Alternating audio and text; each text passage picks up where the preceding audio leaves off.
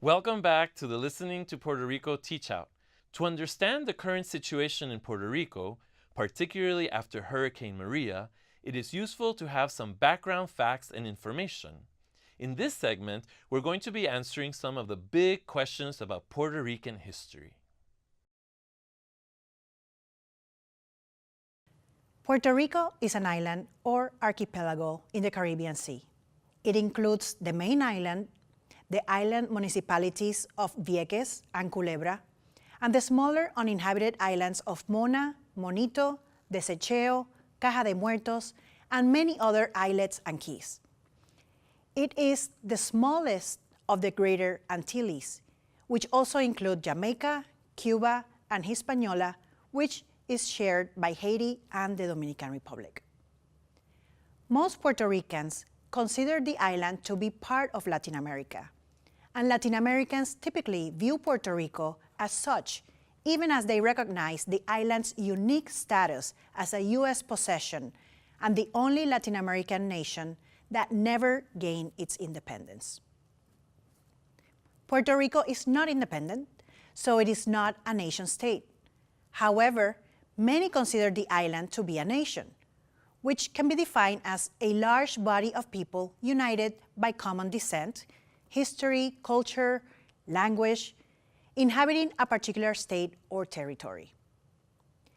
Technically, Puerto Rico is an unincorporated territory of the United States, and its official designation is Commonwealth, in Spanish, Estado Libre Asociado, literally translated as Free Associated State.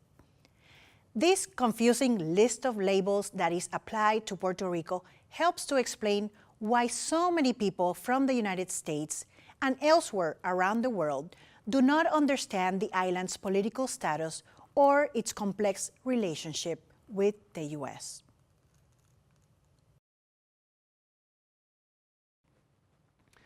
Technically, Spanish has been the official language of Puerto Rico since the beginning of the colonial era in the late 15th century. Today, the vast majority of Puerto Ricans in the archipelago speak Spanish as their first language. But English is understood and spoken by many people on the island since it is taught at schools from early on. English was introduced as an official language shortly after the U.S. defeat of Spain in the Spanish-American War in 1898. From that year through the 1940s, the U.S. Congress imposed English to Americanize the population, but this strategy failed, and Spanish continued to be the preferred form of communication. A 2013 survey undertaken by the U.S. Census Bureau found that 80% of Puerto Ricans did not speak English fluently. In 2015, Spanish was declared the first official language and English the second, but this continues to be a very politicized issue on the island.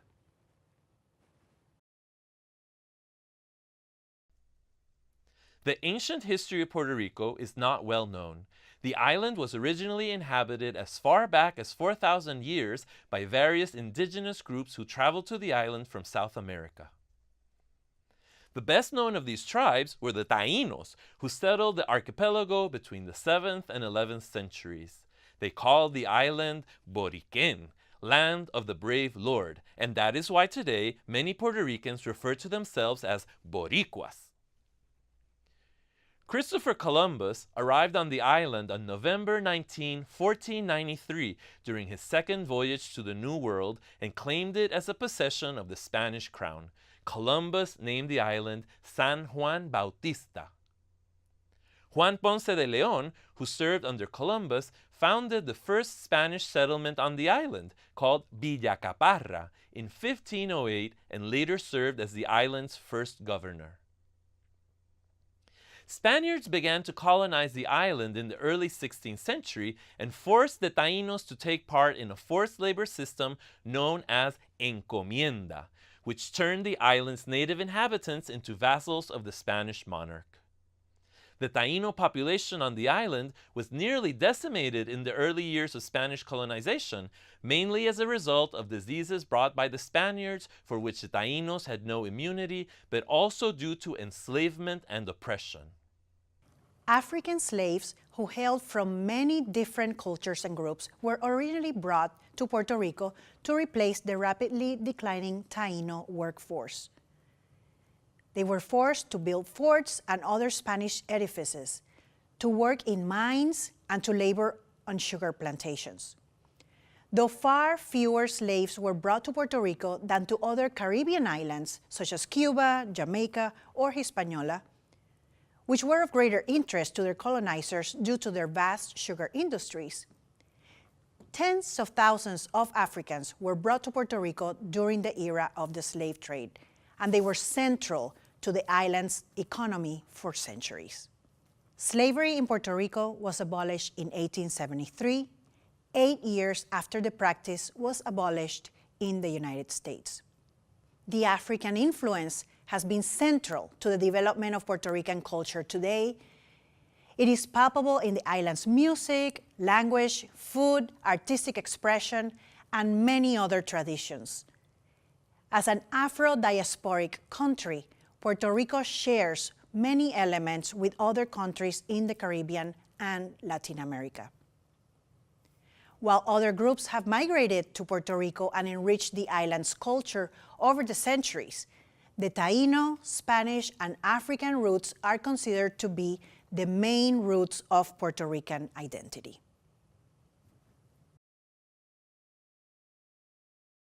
Despite several failed revolts to gain independence from Spain, the most significant of which was the Grito de Lares, led by Ramón Emeterio Betances on the 23rd of September, 1868, Puerto Rico remained a Spanish colony until 1898. In that year, Puerto Rico became the victim of new imperialist ambitions when it was invaded by the United States during the Spanish-American War, a 10-week conflict that largely centered around issues of Cuban independence. But it also involved Puerto Rico and Spanish possessions in the Pacific. As a result of the war and the 1898 Treaty of Paris, Spain lost its colonies in the Americas and the Pacific, including Puerto Rico, Cuba, the Philippines, and Guam, and only retained colonies in Africa. The United States was granted temporary control of Cuba and was given ownership of Puerto Rico, Guam, and the Philippines. Since 1898, U.S. interest in Puerto Rico has revolved around a number of factors, such as the island's strategic military importance, as a defense of vital sea lanes, to use for bombing ranges, testing sites, and military training, and its value as center for sugarcane production, as a tourist destination, and as a tax haven for U.S. manufacturing and pharmaceutical companies. In 1952, Puerto Rico was officially designated as an Estado Libre Asociado, free associated state, or Commonwealth of the United States, a political formula that appeared to grant the island more jurisdiction over internal affairs, but which in reality has maintained the control and sovereignty of the United States. The U.S. President and Congress oversee fundamental aspects of Puerto Rico's reality, such as communications, commerce, environment, education, postal service, currency, international affairs, military defense, border enforcement, and citizenship. In the 21st century, Puerto Rico remains a territory or colony of the United States. Both pro-statehood and pro-independence groups acknowledge this as a fact.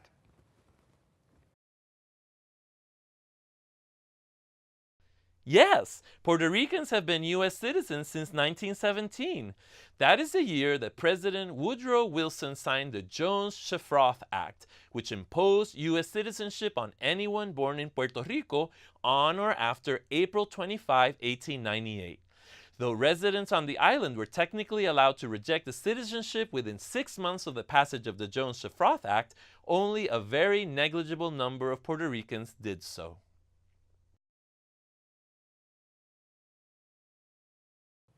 No, U.S. citizenship in Puerto Rico is quite different, and for that reason, many categorize it as a second-class citizenship. Puerto Rico is subjected to the plenary powers of the U.S. Congress. Puerto Ricans and other U.S. citizens residing in Puerto Rico cannot vote for the U.S. president, although they are allowed to vote in primary elections. Puerto Ricans and other U.S. citizens who reside in Puerto Rico do not have voting representation in Congress. While there is a resident commissioner in the House of Representatives, this individual can't vote. Upon granting Puerto Rican citizenship in 1917, the U.S. government also imposed mandatory conscription into the U.S. military on all Puerto Rican men. This was precisely the time when the U.S. was entering into World War I. Since 1917, tens of thousands of Puerto Ricans have served in every major conflict involving the U.S., including World Wars I and II, Korea, Vietnam, the Gulf War, Iraq, and Afghanistan. Puerto Ricans do not pay federal personal income tax, although they pay many types of federal taxes.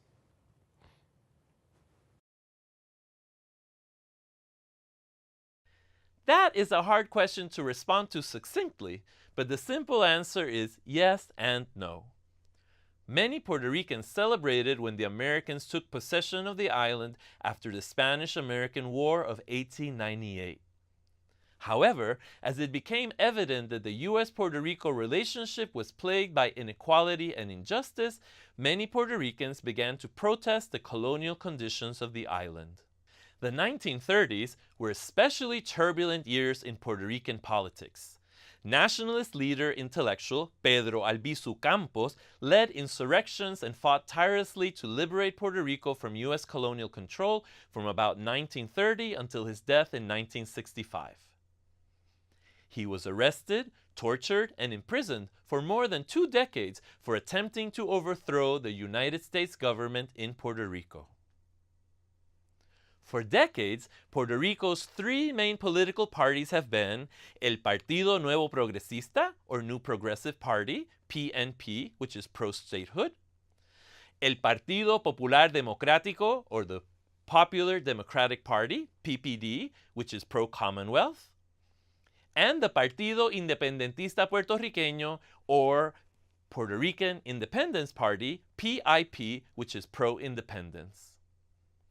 There are currently additional parties such as El Partido del Pueblo Trabajador that are trying to overcome the straitjacket of status-limited parties.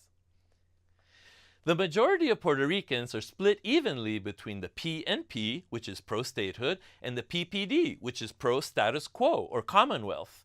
That means that most Puerto Ricans would like to maintain some sort of relationship with the United States, albeit to different degrees, and albeit the fact that many are still pro-independence. Today, there are about 3.3 million Puerto Ricans living on the island and about 5.5 million living stateside.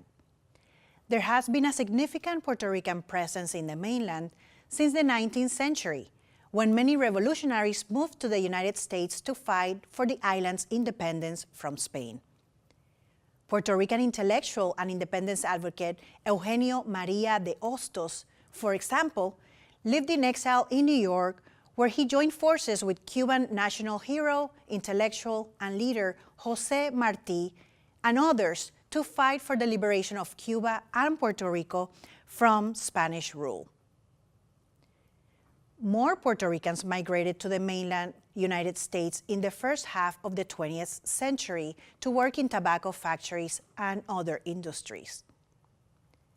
The most significant Puerto Rican exodus of the 20th century was the so-called Great Migration, which took place between 1946 and 1964, and was the direct result of Operation Bootstrap, a series of economic projects that we'll explain soon. Net migration between Puerto Rico and the mainland during that period reached 650,000. Another massive exodus has taken place since 2006 as a result of the economic and fiscal crisis in Puerto Rico. From 2006 to 2016, the island lost over 525,000 net migrants, or 14% of its population. More recently, as a consequence of the destruction caused by Hurricane Maria on September 2017, more than 135,000 Puerto Ricans have relocated to the mainland.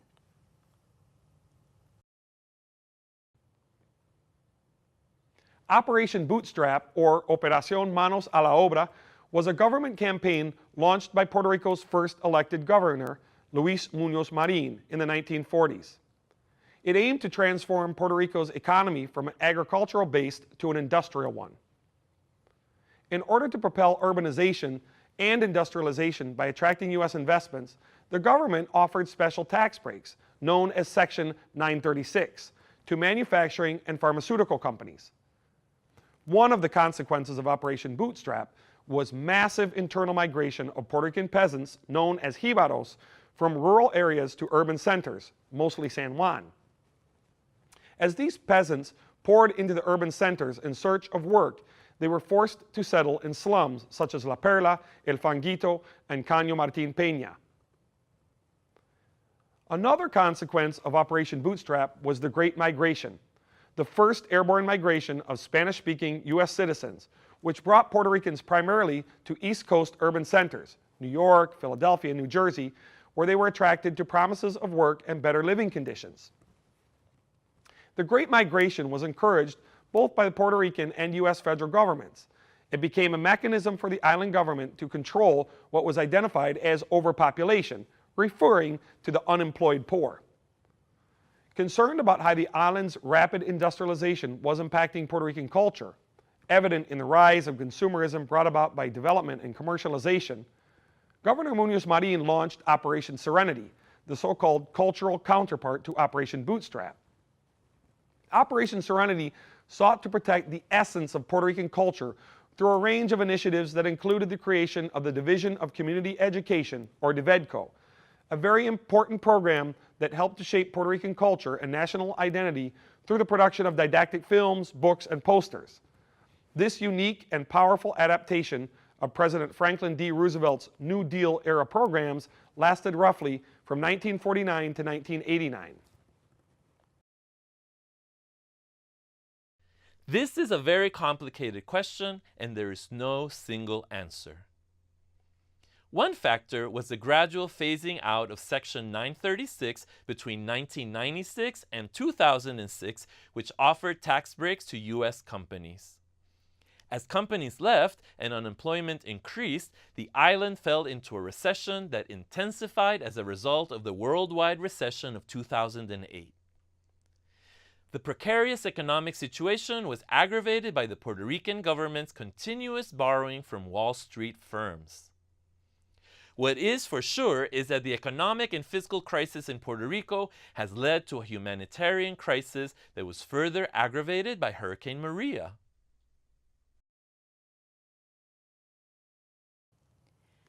PROMESA is the acronym for Puerto Rico Oversight Management and Economic Stability Act. This controversial law was passed in 2016 by the U.S. Congress to create an unelected Fiscal Control Board, or Junta de Control Fiscal in Spanish, to oversee the island's finances and the restructuring of Puerto Rico's $123 billion debt. The board has enacted extreme austerity measures in a place where the median household income is about $19,000. That is a third of the U.S. median. It has led to the closings of hundreds of schools across the island, severe cuts in pensions, and mass migration to the mainland, which has resulted in an alarming deficit of doctors, dentists, and people in the health and other professions. Hurricane Maria was catastrophic for several reasons. First, it was a strong Category 4 hurricane, and it made a direct hit on the island, entering from the southeast and exiting around the northwest of the island. But beyond the intensity of its destructive winds and rain, Puerto Rico was already in an extremely vulnerable position when Maria hit.